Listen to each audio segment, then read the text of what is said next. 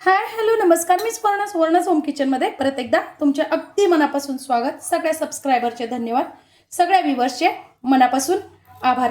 आज आपण खूप छान अशी रेसिपी बघणार आहोत, ती म्हणजे मक्याचा कणसारा. तर बघा, ही एक पारंपरिक रेसिपी आहे, खूप छान लागते. जसं आपण पोहे बनवतो ना तशीच ही असते. ही माझ्या सासूबाईंची रेसिपी आहे, तीच मी आज तुम्हाला दाखवणार आहे. खूप सुंदर बनते आणि पावसाळ्यात ही हे जे पोहे आहेत ना, हे खायला खूप छान लागतात. याने पित्ताचा त्रास वगैरे अजिबात होत नाही आणि खूप छान अशी हेल्दी पण आहे. तर बघा, त्यासाठी मी इथे घेतलेले आहेत मका, जो स्वीट कॉर्न असतो ना तोच आहे. तो आपल्याला असा छान बारीक चिरून घ्यायचा आहे. या पद्धतीने आपल्याला थोडासा असा बारीक करून घ्यायचा आहे. बघा,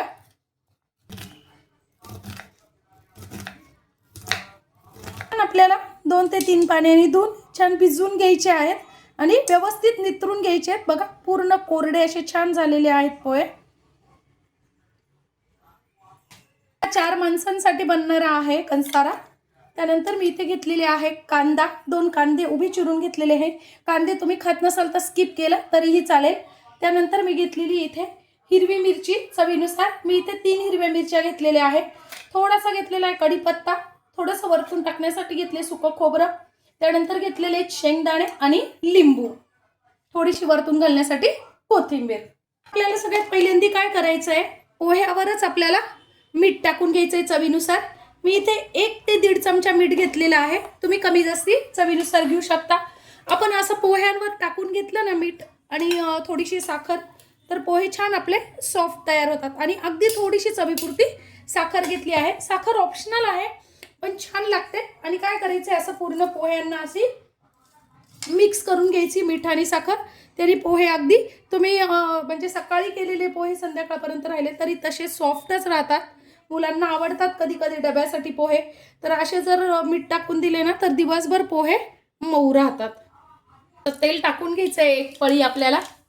त्यात टाकून घेतलंय मी अर्धा चमचा मोहरी, अर्धा चमचा जिरे, थोडासा हिंग जरूर टाका. त्यानंतर टाकून घ्यायचं आपल्याला मिरच्या. तुम्हाला जर शेंगदाणे फोडणीत आवडत नसेल ना तर तुम्ही वेगळे थोडेसे तेलावरती तळून घेतले ना आणि वरतून टाकले तरी चालतील, त्याने थोडेसे कुरकुरीत लागतात.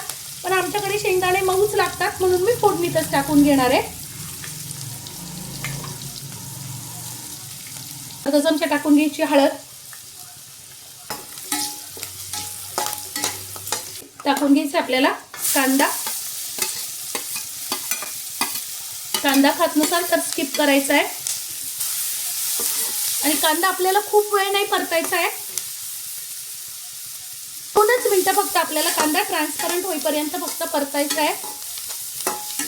2 मिनिट कांदा परतणं झाला की आपल्याला टाकून घ्यायचं आहे आपण जे स्वीट कॉर्न बारीक करून ठेवलेले होते ना ते. आणि थोडंसं टाकून घ्यायचं आहे मीठ, म्हणजे छान टेस्ट येते. 2 ते 3 मिनिटं झाले. आता टाकून घ्यायचेत आपल्याला आपण भिजवून नितरून ठेवलेले पोहे. वा,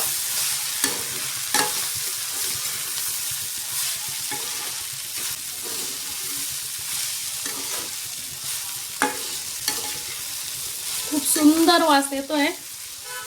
आता यावर आपल्याला लिंबू पिळून घ्यायचं आहे. लिंबू पिळलं म्हणजे ज्यांना कोणाला पोह्याने त्रास होतो ना त्यांना होत नाही. वा, आता टाकून घ्यायची थोडीशी कोथिंबीर आणि 2 ते 3 मिनिटं फक्त आपल्याला छान आता वाफवून घ्यायचे. झाले 3 मिनिटं. छान वाफ आलेली आहे आणि अगदी सॉफ्ट असे मस्त आपला कणसारा तयार आहे.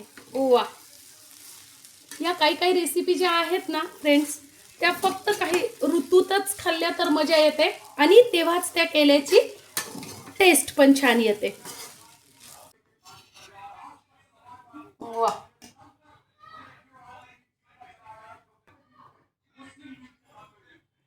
खोबरं